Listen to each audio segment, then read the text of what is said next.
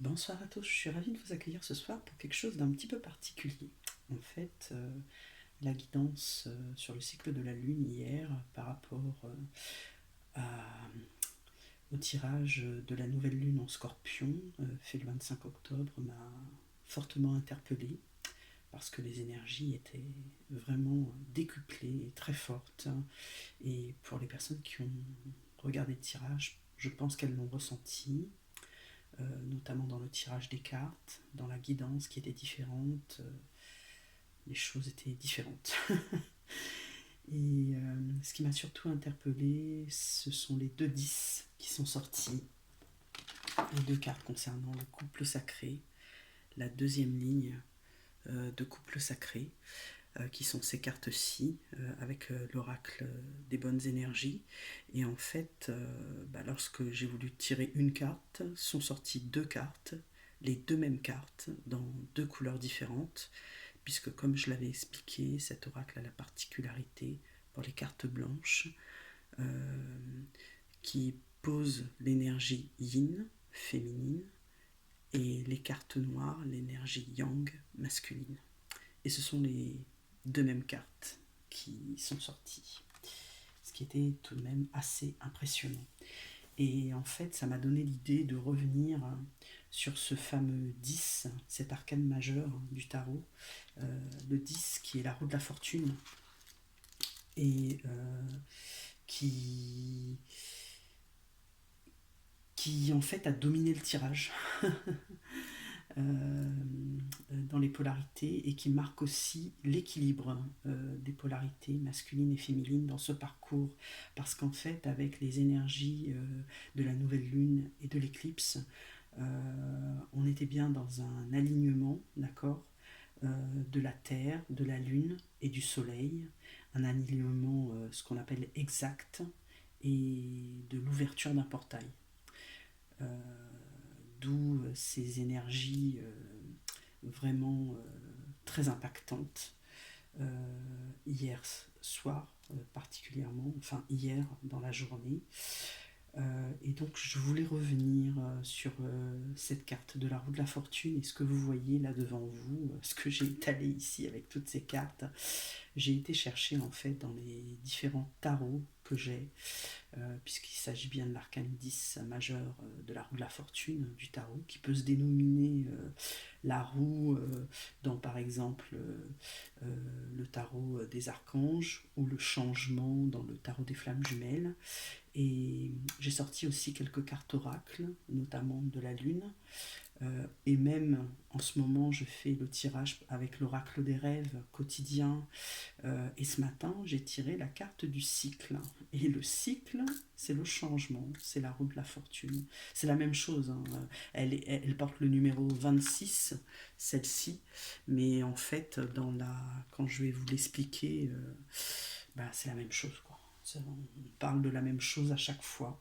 Sauf que, vous voyez bien, chaque carte est différente, excepté ces deux-là qui étaient vraiment dans deux couleurs différentes, mais parce qu'elles sont issues d'un même oracle. Mais sinon, dans la, l'illustration, excusez-moi, je cherchais le mot, euh, elles sont différentes. Donc, qu'est-ce que je peux vous dire? Le 10, déjà, en numérologie, c'est le dépassement, le nouveau cycle, d'accord? C'est là l'essentiel du message. On passe à autre chose. C'est un nouveau cycle qui commence, qui redémarre. Et notamment, Ésope a dit on ne peut rien, on ne peut rien changer à son destin, parce qu'on a bien une notion de destinée dans ce cycle de la roue de la fortune, ce qui signifie aussi que vous avez en fin de compte peu, voire pas du tout de libre arbitre, hein, dans ce parcours de flamme jumelle. Et donc, je trouvais intéressant de revenir sur ces cartes. Je vais brièvement redécrire à chaque fois la carte. Bon, ce sont les deux mêmes, hein. Je vais prendre la noire parce qu'elle se voit beaucoup mieux, mais c'est exactement la même chose. Ici, donc, on a la roue, l'étoile à plusieurs branches, à 8 branches, avec l'ensemble des signes astrologiques. Vous avez ici la Lune, le Soleil, 2 étoiles là. À chaque fois, c'est très important, ces 4 points cardinaux. On va les retrouver tout à l'heure. Et cette carte, bon, elle s'appelle opportunité. On parle ici de cycle, de karma, de chance, de destin, parce que c'est bien de tout cela qu'il s'agit. Après, ce qui était assez impressionnant, comme je vous dis, c'était que les deux cartes sortent ensemble et que ça a envoyé en fait un message très fort d'équilibre, des polarités qui sont au même stade, avec les mêmes messages de changement, de passage à un autre cycle, que la destinée était en marche et que les flammes jumelles, eh bien, tout simplement, suivaient leur destin.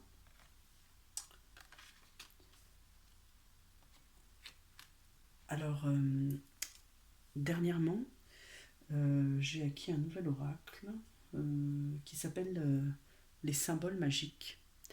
Et ici, donc, vous avez des cartes de symboles. Et donc, j'ai été rechercher la carte de la roue, qui est ici la roue du Dharma, c'est-à-dire la roue du karma. On peut parler aussi de roue du chakra. Ça vient de la tradition bouddhiste, qui en fait est cette roue du Dharma. Elle fait partie des 8 signes de bon augure, ce qu'on appelle auspicieux, enfin pour le terme. Et vraiment, ça représente les enseignements du Bouddha, avec notamment ici les 8 branches que l'on retrouve, vous voyez, par rapport aux 8 branches de l'étoile aussi, ici. Je ne sais pas si vous voyez bien, voilà, comme ça, je vous montre. Et au centre, en fait, ça signifie la stabilité. Alors c'est important parce que dans cette roue de la fortune, donc la roue, c'est un cercle, d'accord, qui est en mouvement. Et notamment, on verra un peu plus tard, je vous en parlerai, quand la carte elle est mal aspectée, c'est-à-dire quand elle tombe à l'envers, qu'elle est retournée et qu'on parle plutôt de la partie de l'ombre, et bien souvent c'est qu'on a perdu sa stabilité et on vous demande, on vous conseille, pour vous recentrer, de fixer le centre de cette roue de façon à retrouver votre stabilité. Qu'est-ce qu'on peut dire encore sur cette roue du Dharma? En fait, clairement, dans la tradition bouddhiste, cette roue vous invite, les guides vous invitent à changer de cap. Ça signifie, c'est le changement, quoi. Vous devez avancer sur votre développement spirituel, tout simplement. Et en fait, bah, la roue, elle bouge, elle tourne, et donc c'est une nouvelle dynamique, hein, qui se met en marche, et on vous demande de l'impulser dans votre vie, cette nouvelle dynamique, d'aller de l'avant. Et en fait, bah, quand j'ai fait mes recherches et que j'ai lu ça, je me suis dit, mais aller de l'avant. Ça m'a fait penser à la carte du tirage de la nouvelle lune en Scorpion, qui est avec cette lune donc noire, invisible, et qui donnait pour message aller plus loin. Et bah c'est ça, c'est aller de l'avant, aller encore plus loin. Euh, c'est c'est ce qu'on vous demande. C'est le message en fait. J'encourage d'ailleurs bah, tous ceux qui n'ont pas vu le tirage hein, que j'ai fait sur la nouvelle lune en Scorpion, d'aller y jeter un coup d'œil pour comprendre de quoi je parle, parce que sinon ils vont être un peu largués pourquoi je fais ce tirage là, parce que c'était vraiment impressionnant en fait. Et donc, bah, cette roue aussi vous dit en fait, il va falloir conscientiser votre karma, votre passé douloureux, vos blessures. À partir du moment où vous allez prendre conscience de vos blocages et du karma négatif qui a eu lieu dans votre vie, et ben déjà, vous êtes en phase de guérison.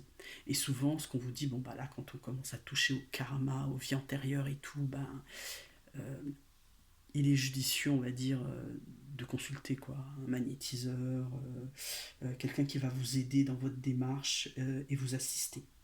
Vous devez garder le cap, la guidance. C'est tout ce que vous dit cette roue. Alors j'ai sorti aussi avec l'oracle, je ne sais plus, de la Lune, euh, la carte de l'éclipse solaire, puisque hier, avec les énergies, donc, nous avions également une éclipse partielle solaire. Et là, quand vous regardez, vous voyez, on nous parle, le message, c'est la porte. C'est vraiment un portail qui s'est ouvert. On vous demande de franchir cette porte, d'oser franchir le pas. Alors vous voyez, la carte elle est sombre parce qu'une éclipse, ben, la solaire, vous voyez, le soleil il est derrière, donc du coup la lune, ben, elle est sombre, elle est noire. Alors le sombre, le noir, l'obscurité, souvent ça fait peur, mais en fait, vous n'avez pas à avoir peur. Vous êtes guidé, c'est le message, et vous devez franchir cette porte, aller de l'avant. On est dans le même message. Allez plus loin, allez plus profondément, allez, comment dire, vous faire confiance en fait. Hein. Vous faire confiance et garder la foi.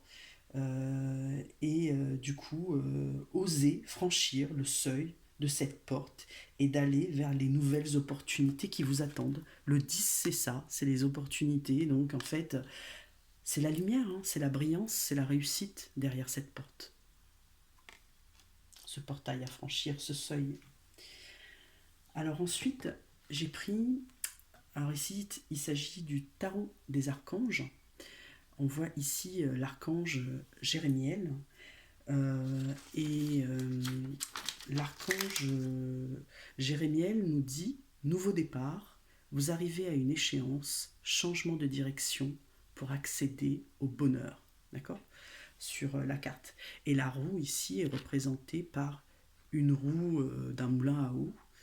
Alors l'eau, vous savez, ce sont les émotions, hein, les sentiments, donc c'est très fort ici en symbolique aussi, et c'est ça qui est très intéressant dans le tarot et dans les illustrations qui sont faites, qui sont totalement différentes, parce que d'une carte qui s'appelle la roue, d'accord, qui porte le numéro de l'arcane 10, eh bien on va pouvoir interpréter de différentes façons. Et notamment ici, avec l'archange Jérémiel, bah c'est clair, on est encore dans le changement. L'eau, c'est la force de la vie. Ici, on a beaucoup de nature autour, tout ce vert. Le vert, c'est aussi le chakra du cœur. Donc là, clairement, bah, il faut... Pareil, le message qu'il nous donne, c'est de saisir les nouvelles opportunités liées à ce nouveau départ. Hein, et c'est le tarot des archanges, il est là pour vous aider, cet archange. C'est-à-dire sollicitez-le en fait. C'est ça le message. N'hésitez pas à solliciter vos guides, en l'occurrence ici l'archange Jérémiel, et si vous vous sentez perdu, si vous avez perdu votre chemin, si vous ne savez pas où aller, eh bien n'hésitez pas à lui demander, parce que lui, ce guide, il vous aide à entrevoir votre avenir. D'accord? C'est une carte très positive, très optimiste. La roue de la fortune, de toute façon, c'est une...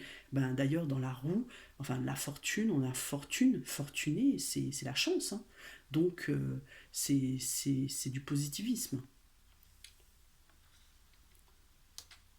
Ensuite, je voulais vous parler... Alors là, j'ai pris un Rider-Waite classique, c'est le Radiant White Spirit. Et cette carte, vraiment, elle est simple, elle est colorée, mais qu'est-ce qu'elle est riche. Il y a énormément d'informations dessus. Et en la regardant de plus près et en m'y intéressant davantage ce soir, franchement, moi-même, j'ai fait des découvertes et j'en suis pas revenu, quoi, parce que je ne savais pas qu'il y avait tout ça sur cette carte. Alors, je vais vous expliquer ce que j'ai appris. Bon, évidemment, ici vous avez la roue, hein, d'accord. La carte s'appelle la roue de la fortune. Quand vous regardez la roue de plus près, ce que vous pouvez noter, c'est que ici vous avez des lettres R, O, T, A. C'est rota en latin.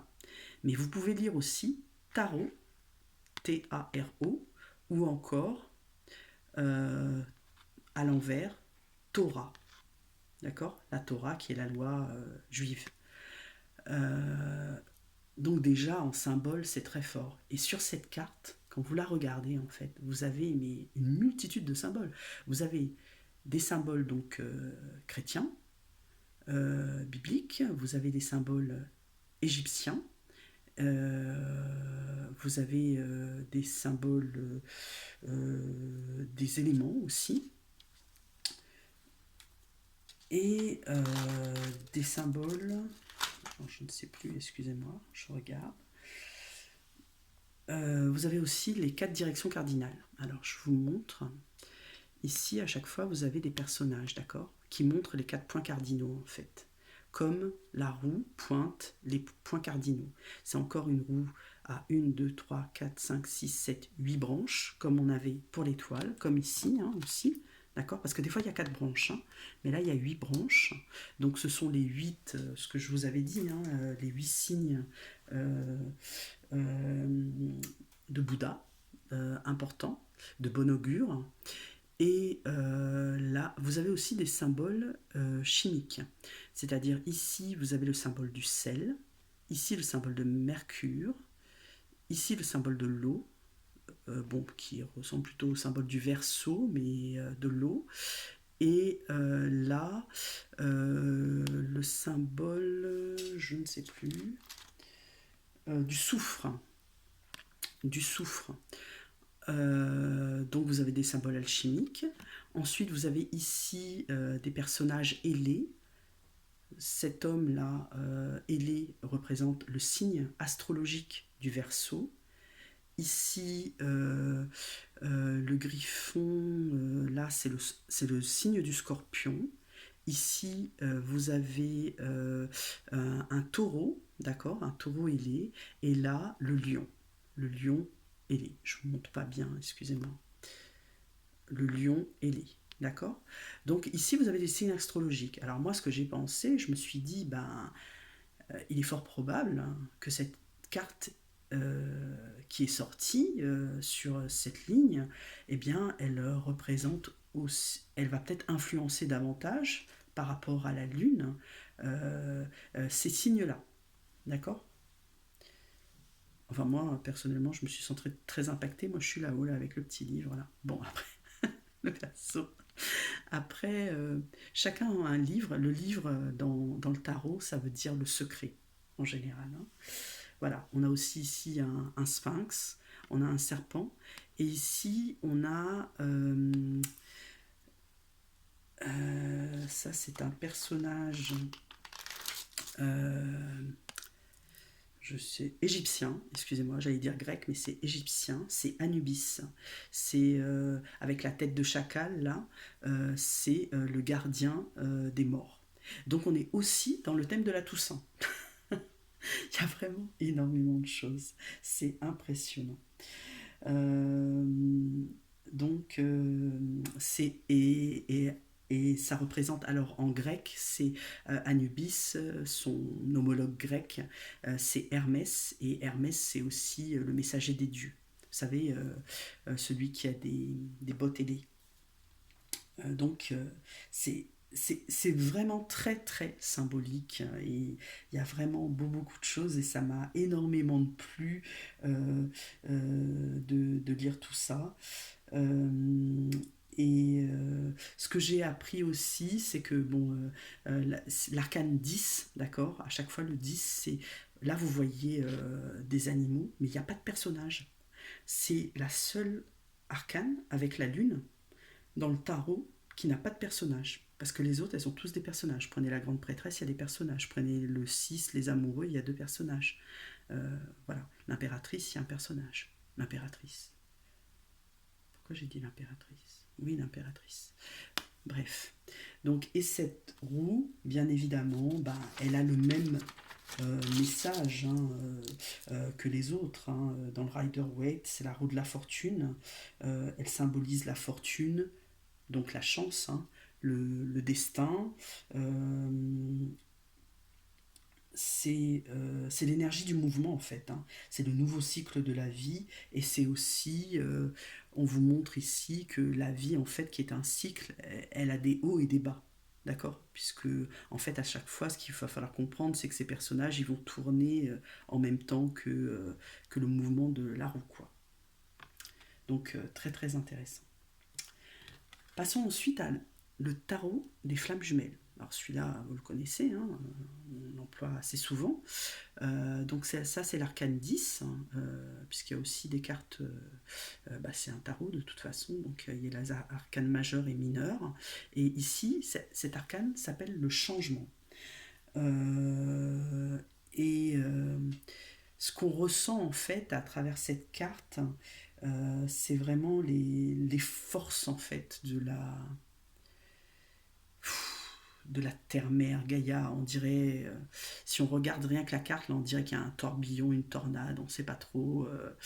Les, tout est en mouvement, les changements sont importants, impactants, considérables, extrêmes. Elle annonce vraiment une destinée aussi en totale évolution, quoi. C'est et, et ça, elle, dans le guidebook, on parle aussi de déblocage, de nouvelle compréhension, du karma qui va s'éclairer. Et bien sûr que vous allez commencer un nouveau cycle et que vous allez clore en fait d'anciens chapitres. Vous voyez, c'est vraiment très, comment dire, très puissant, je trouve, avec cette image des éléments en totale furie, on va dire. Et, euh, et du coup, ça annonce des changements, mais vraiment dans tous les domaines, quoi. Domaine émotionnel, spirituel, matériel. euh, et, et tout est à saisir, parce qu'on parle aussi, bien sûr, dans le changement, de changements positifs et d'opportunités à saisir. On en revient à ce terme d'opportunité.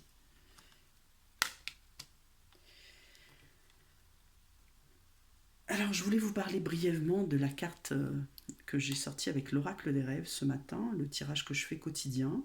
Et du coup, bah, j'y ai pas pensé tout de suite, mais quand j'ai sorti toutes ces cartes, j'ai fait, mais ce matin, ça parlait de changement aussi, la carte, le cycle et tout. Bah oui, le cycle, là, on est clairement dans le cycle de la vie.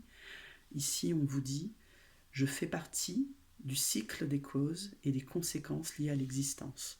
Quand on regarde la carte, on voit une femme qui est à différents stades de sa vie. Il y a énormément de symboles sur cette carte. On a ici un soleil, on a ici en bas le cycle lunaire, on a un arbre de vie mais à l'envers, donc les racines de la vie. On a l'étoile, on a des gouttes d'eau, on a un papillon. Le papillon, c'est signe de transformation, de changement. Et bien sûr, on a la nature, les fleurs, signe de renouveau, de nouvelles pousses dans la vie, de graines qui fleurissent. Et je crois d'ailleurs dans le rituel qu'il donne, dans le guidebook, eh bien, vous avez une visualisation d'une graine qui pousse, qui poursuit son cycle, et puis qui meurt, et puis qui renaît. D'accord, comme les comment on appelle ça, les oignons là qu'on met dans la terre là, et les narcisses ou je sais pas quoi, et les bulbes, voilà, chercher le mot, les bulbes, et qui chaque année en fait, bah voilà, vous les coupez et ils refleurissent, quoi, vous les remettez en terre et c'est reparti pour un tour. C'est le cycle de la vie. Le cycle de la vie, c'est le changement, c'est la roue, c'est c'est ce mouvement-là perpétuel que l'on connaît, les hauts, les bas, les mouvements climatiques, les changements euh, dans votre vie personnelle, professionnelle, ce sont tous les changements. Et il y a une notion de rythme aussi, en fait, à chaque fois. Alors ici, nous avons le tarot de l'étoile vagabonde. Et l'étoile vagabonde, il nous parle aussi de la roue de la fortune. Cette carte, l'arcane majeur 10, s'appelle comme ça. Là, vous voyez le serpent qui entoure ces quatre éléments, puisque ici, on a bien les quatre éléments, hein. Le feu, les nuages qui représentent l'air, ici l'eau avec le bleu, et là, on voit des montagnes ou quoi, c'est la terre, quoi. Donc, et cette carte, en fait, quand on la voit, alors moi ce que j'aime beaucoup avec ce tarot spécifique de l'étoile vagabonde, c'est que c'est très coloré. Les... Là, il n'y a pas de personnage, on est d'accord. Il y a beaucoup bah, il y a des personnages partout dans ce tarot, sauf la lune et la roue de la fortune, comme je venais vous le dire. Et ici, avec ce serpent là qui enserre, là c'est comme si ben, on voyait aussi, on voulait vite en sortir quoi. C'est-à-dire, vous voyez, c'est comme quand le serpent fait la pression là, s'enroule autour de vous, et en fait vous voulez vite en sortir et qu'il y ait une évolution rapide quoi. Donc c'est c'est aussi, ben, ça impulse un changement radical et aussi des révélations. Bah, je dis révélation pourquoi? Parce que le serpent c'est quand même de manière générale une énergie plus sombre, d'accord. On verra aussi dans un instant, ben, y a un côté sombre hein, dans la roue, notamment quand elle tourne à l'envers ou quand la carte est mal aspectée. Mal aspectée, ça veut dire elle sort à l'envers. Bon, moi je lis rarement les cartes à l'envers, ça peut m'arriver, mais quand je pose l'intention, quand je tire, je préfère dire au guide que je vais lire les cartes à l'endroit, d'accord. Même si elles tombent à l'envers dans le jeu, c'est comme ça. Je pose mon intention ainsi, mais je sais que certains tirent les cartes à l'envers, enfin lisent les cartes à l'envers, qui sont tombées à l'envers. Et c'est totalement possible parce qu'il y a un sens aussi, je vais vous en parler dans un instant. Et ici, en fait, euh, mais il est gentil ce serpent. Ici, on vous dit, faut pas avoir peur, quoi. C'est le message hein, dans la roue de la fortune. Il y a de l'ombre qui est représentée par ce serpent. Il y a un serpent à chaque fois. Là aussi, vous avez un serpent, hein, d'accord, qui va à la terre. Celui-là, il fait un peu moins peur parce qu'il est plus petit, on va dire. Il est moins oppressant, je trouve, que celui-ci. Mais par contre, le message, c'est vraiment ne pas avoir peur de l'ombre parce que, en fait, l'ombre, une fois que vous l'avez conscientisé, que vous savez ce que c'est, par exemple, vos blocages, vos peurs, eh bien, déjà, ça va mieux. Et du coup, vous pouvez en faire un atout. C'est un peu le principe de voir le verre à moitié plein plutôt qu'à moitié vide. D'accord. Vous allez vous servir et en faire une force de cette ombre, cette difficulté qui peut vous arriver dans la vie, peu importe quelle qu'elle soit, même, même un deuil, c'est très difficile, certes, la souffrance est là, elle est réelle, mais le temps est aidant et on s'en relève et on finit par se souvenir que des bons moments en fait et pas de la souffrance terrible et de la personne qu'on a perdue. Évidemment, il faut du temps. Et puis chacun cicatrise aussi à son rythme. Il y a cette image aussi dans la de la fortune, il y a une intention de rythme. Et chacun prendra son rythme. Ce n'est pas un rythme accéléré ici. On vous demande juste de suivre le mouvement. On va parler... alors ici, là, j'ai pris le Darkwood Tarot. C'est un tarot un peu plus sombre que j'utilise rarement parce qu'il est vraiment très sombre en fait. Mais ça dépend quel genre de tirage je fais. Si je travaille sur des blocages, ça peut vraiment être aidant. Et ici, donc, on a une roue très vétuste, hein, très vieille. Quand je regarde cette carte, la première chose à laquelle j'ai pensé au rouet où Blanche-Neige se pique, vous savez, et puis qu'elle va... Et qu'ensuite... Alors, mince, Blanche-Neige ou Cendrillon? Non, Blanche-Neige se pique et donc elle part dans un sommeil profond. C'est ça m'a vraiment fait penser à ça. Et du coup, bah, c'est une énergie, on va dire, quand même assez négative. Et c'est vrai que elle se dénomme aussi la roue de la fortune, cette carte. Donc elle nous parle bah, de destinée, mais plus dans le sens de fatalité. Vous voyez, de fortune, mais dans le sens de fatalité. Dans ce que des fois, bah, vous ne maîtrisez pas. De toute façon, on ne peut pas contrôler la roue de la fortune. En positif ou en négatif, on va dire quand le karma s'en mêle, et ben il s'en mêle, quoi. Je veux dire, vous pouvez rien faire, hein. Ok. Donc, il va falloir que vous suiviez le mouvement. Après, le tout, c'est quelle énergie avez-vous? Est-ce que vous possédez suffisamment de résilience pour pouvoir rebondir et transformer cette énergie négative en positive? D'accord. Parce que ça va tout changer, bien sûr. Et là, c'est ce qu'on vous dit. En lisant aussi le guidebook de ce tarot, j'ai eu une information en plus que j'avais pas percutée. C'est que le 10, eh bien, vous savez, c'est à la moitié du 20, du 21, qui est la carte du monde. C'est entre le 0 et le 21. Donc, en fait, ici, on a une notion que, avec le 10, qu'on est à mi-parcours. Et ben, je ne sais pas si vous connaissez la chaîne YouTube de Perle Voyance, donc qui est voyante, cartomancienne, etc. Et comment dire, qui parle souvent, quand elle fait ses guidances, de première, seconde partie de parcours, deuxième, seconde partie de parcours, puisqu'il y a comme des séquençages dans le parcours de flammes jumelles pour distinguer à partir du moment où vous n'êtes pas encore réunis à votre autre, en fait, vous êtes en première partie de parcours. Euh, et je trouvais ça intéressant parce que ça m'a vraiment fait penser à ça, le fait qu'on était à mi-chemin du voyage du fou, puisque le tarot, ça raconte une histoire, des arcanes, de l'arcane 0 ou sans numéro, ça dépend des tarots, au 21, et bien du fou au monde, en fait ça raconte l'histoire du fou qui se lance là, je sais pas si vous voyez l'arcane majeur du fou, qui se lance de cette falaise et qui fait son parcours. Et c'est pour ça qu'on dit que ça retrace très très bien le parcours de Flamme Jumelle, avec toutes les péripéties, les obstacles qu'il rencontre. Et là, on est à mi-parcours.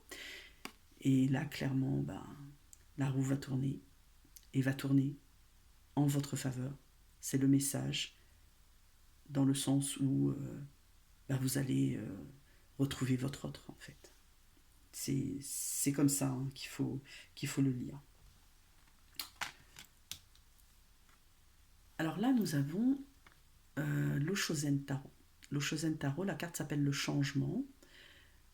Euh, alors c'est une des cartes qui ressemble quand même au Rider-Waite classique, parce qu'il y a beaucoup de cartes du Oshozen qui sont beaucoup plus mystiques, on va dire, et dont la dénomination n'a rien à voir avec...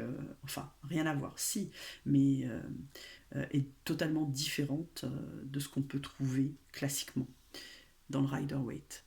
Et ce qui est intéressant ici, c'est que là, en fait, on a un cyclone, un événement donc météorologique très puissant, qui donc est en rotation. Pour ceux qui connaissent les cyclones ou les ouragans, hein, c'est la même chose. Et avec ici au centre l'œil du cyclone. L'œil, en fait, c'est une zone non perturbée, où il n'y a rien. Il n'y a pas de vent, il n'y a pas de pluie, il n'y a pas de soleil, il n'y a rien. C'est le calme plat. C'est le calme avant la reprise de la tempête, puisque quand un cyclone arrive sur les terres, il passe dans un sens, d'accord? Puis, si l'œil passe sur la terre, c'est le calme plat, et ensuite les vents en fait deviennent contraires, et ça retourne dans l'autre sens. C'est plutôt dévastateur, hein. Donc, mais après toute mort, la vie, la renaissance. Et ici, ce qui est intéressant, c'est qu'on a le symbole du yin et du yang, d'accord, euh, au centre de cette roue de la fortune.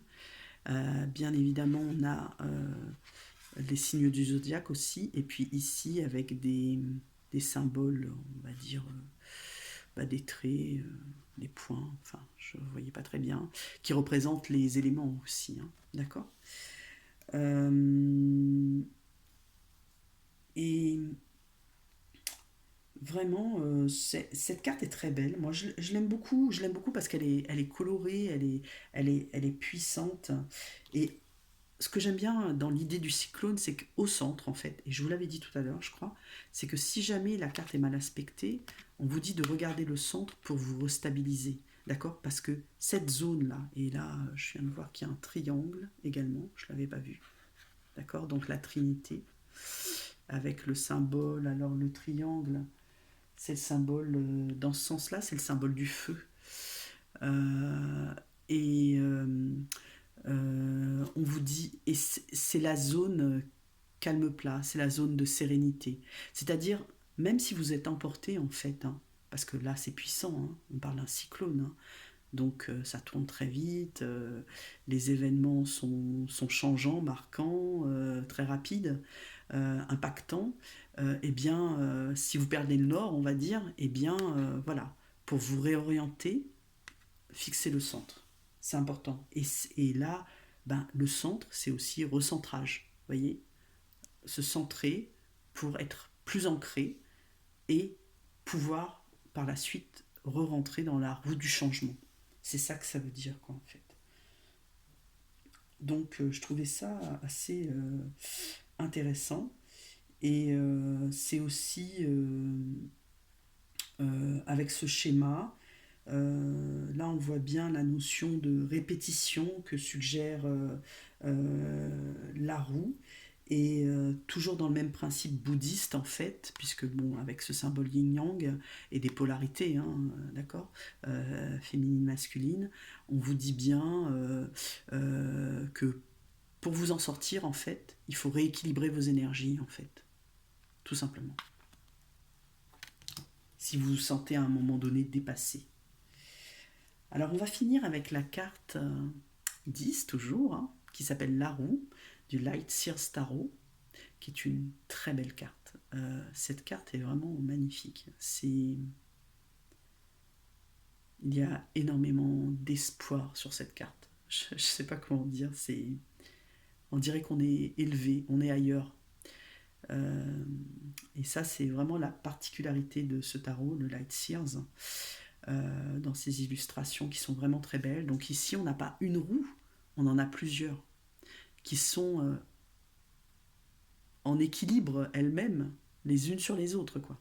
Et là, on voit une figure, on ne sait même pas comment elle fait pour tenir, quoi. Ça tient du miracle.